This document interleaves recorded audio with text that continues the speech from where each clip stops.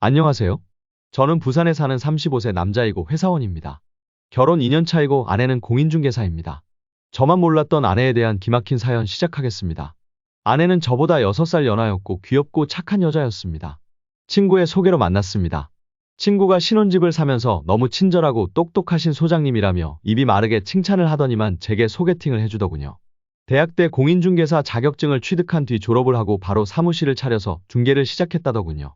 민법, 쇠법도 잘 알고 세상 물정이며 뭐 모르는 것이 없어 보였습니다. 그리고 중개업을 몇 년 하면서 운이 좋았는지 실력이었는지 만나면서 몇 번이나 와 하면서 탄성을 질렀는지 모릅니다. 그만큼 아내의 외모와 지적인 면에 매료가 되었습니다. 그리고 몇 년간 벌어들인 수입이 일반 직장인보다도 많아 작은 아파트도 하나 마련했다고 하더라고요. 지금은 월세를 받고 있습니다. 모든 조건이 만족스러운 이런 여자를 누가 마다할 수 있겠습니까? 그렇게 해서 저는 연애 1년 만에 결혼을 하였습니다. 데이트할 때처럼 신혼을 즐기고 그 어떤 장애도 어려움도 없이 결혼 생활을 유지해왔습니다.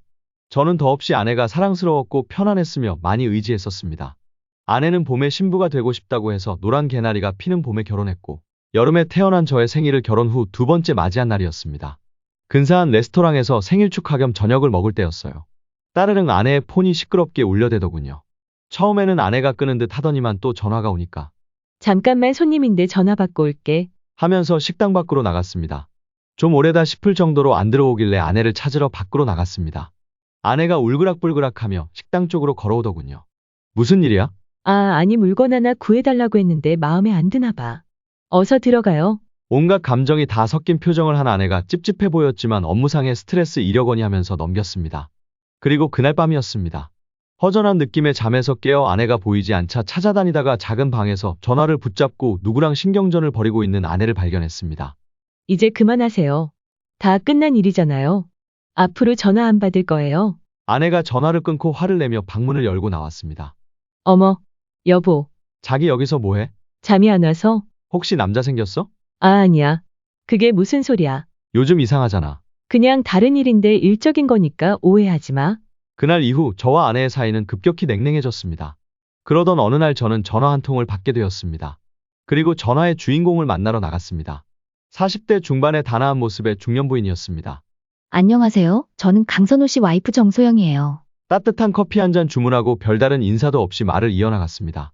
미네린, 예린이를 알게 된 건 5년 전 남편의 중개사무실에서였지요. 남편 사무실에 소속 공인중개사로 있다가 창업을 해서 나갔는데 인사를 하러 왔다더라고요. 첫 느낌이 쎄했는데 그때 알아봤었어야 하는데 설마 하면서 지나쳐버린 거예요. 무슨 느낌이요? 남자 여자 둘 사이의 교감 말이죠. 제가 다른 여자들에 비해서 많이 무딘 편이거든요. 그리고 그 뒤에도 예린이는 자주 제 눈에 띄었죠. 아니 예린이가 아니라 그년 놈들이 자주 제 눈에 들어온 거지요. 같이 땅 보러 간다. 건물 보러 간다 하면서 말이죠. 그때 남편의 인맥으로 예린이가 돈을 많이 벌었어요. 저는 깜쪽같이 몇 년을 속다가 나중에 모텔에서 나오는 것을 보고 알았는데 남편이 더 큰 소리 치면서 집을 나가버렸어요. 예린이랑 동거를 한 거지요. 도동거를요. 그녀는 가방에서 사진을 한 장 꺼내더니 제 쪽으로 밀면서 보라는 눈짓을 하더군요. 강선호라는 남자랑 아내가 잠옷을 입고 딱 달라붙어서 찍은 사진이었습니다. 조선시대 참한 양반집 교수 같은 아내가 옷을 풀어 헤친 그런 모습으로 웬 남자와 퇴폐적인 모습으로 있는 것을 보니 정말 꼭지가 돌 것 같았습니다. 저의 이런 모습을 보고도 그녀는 말을 이어나갔습니다. 그렇게 2년 정도를 동거를 하더니만 예린이랑 헤어졌다면서 남편이 집으로 들어온 거예요. 그리고 예린이는 몇 달 뒤에 당신이랑 결혼했지요. 저는 분노가 치밀었습니다. 어디서 놀다가 깨끗한 척하며 제게 왔다는 것에 말이죠. 그래도 침착해야 했습니다. 벌써 2년도 더 지난 일로 저를 보자고 하신 건가요? 네, 그때는 가정을 지키려는 욕심에 남편이 돌아왔다는 것만으로 만족했었어요. 이번에 가족여행을 갔었는데 제 딸이 그러더군요. 그때 정말 힘들었다고 아빠 바람 핀 거 소문나서 왕따 당했다고요. 제가 혼자 당했을 때는 참을 수 있었는데 제 딸이 그랬다고 하니까 그래서 결심했어요. 받은 대로 돌려주겠다고요. 그래서 변호사 사무실을 찾았지요. 상간녀 위자료 소송은 안날로부터 3년 안에 해야 된다고 하더라고요. 기한이 지나서 그건 되지 않아서 이렇게 미네린이 어떤 인간 말종인지 알려주려고 만난 거예요. 가슴이 쿵쾅쿵쾅 뛰었습니다. 그리고 있죠. 모르잖아요. 아직도 만나고 있을지. 내민. 조심하세요. 그리고 저는 분이 풀릴 때까지 미네린 괴롭힐 거예요. 복수해야지요. 걔도 당해봐야 돼요. 그녀의 눈빛이 제게 복수를 도와달라는 것 같았습니다. 그녀가 자리에서 일어설 때쯤 아내에게서 톡이 왔습니다. 우주씨 우리 근사한 곳에서 저녁 먹을까요? 마음 같아서는 혼란스러워서 혼자 있고 싶었지만 아내의 제안을 거절할 수가 없었습니다. 데이트할 때 자주 갔었던 레스토랑으로 갔습니다. 피아노 선율이 마음을 차분하게 해주었습니다. 여보, 나 오늘 어디 갔다 온 줄 알아? 어디? 산부인과. 아내가 의기양양한 표정으로 저를 바라보았습니다. 나 임신 7주래. 뭐 임신? 저는 너무도 놀라 헛기침이 나오더군요. 왜 그렇게 놀라? 아안이 좋아서. 그래? 강선호 씨 부인의 말이 귓가에 맴돌더군요. 혹시 아나요? 아직도 만나고 있을지. 내 아이가 맞겠지 하면서도 아내의 과거를 떨쳐낼 수가 없더군요. 고민 끝에 저는 정면 돌파를 선택했습니다. 당신 강선호 알지? 응. 첫 직장 소장님이었어. 자기가 강 소장님을 어떻게 알아? 그 사모님을 만났거든. 왜? 당신이랑 강선호 씨 예전에 동거했다던데. 무슨 소리야? 그 사모가 오해하는 거야? 그럼 이건 뭐야? 저는 양해를 구하며 가져온 사진을 내밀었습니다. 갑자기 아내가 무릎을 꿇더군요. 여보, 미안해. 다 지난 일이야. 그땐 나 많이 힘들었었어. 돈을 벌고 싶었고 강 소장님이 소개해준 분들이 내 손님이 되어줘서 중개업으로 성공할 수 있었던 거야. 일적으로 만나서 그렇게 된 것이었고 난 지금 당신밖에 없어. 그걸 어떻게 믿어? 그리고 돈이라면 동거도 하냐? 뭐라고? 아직도 만나고 있을지 어떻게 믿냐고? 그게 무슨 소리야? 나 결혼해서 자기 말고 한눈 판 적 없어. 글쎄 그야 모르지.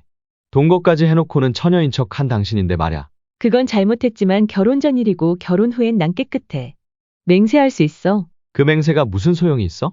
아내가 결혼 전후를 따져가면 당당하게 나오자 저는 더 화가 났습니다. 그래서 해서는 안 될 말을 퍼붓고 말았습니다. 됐어. 지금 뱃속에 있는 애가 내 애인지도 모르겠어. 뭐야? 사과해. 뱃속에 애 낳고 유전자 검사해서 당신 아이이면 내게 사과해. 그리고 이혼해. 복잡하게 그때까지 갈 필요 있을까? 당장 이혼해. 어느 정도 수위가 올라갔을 때 말을 멈췄어야 했습니다.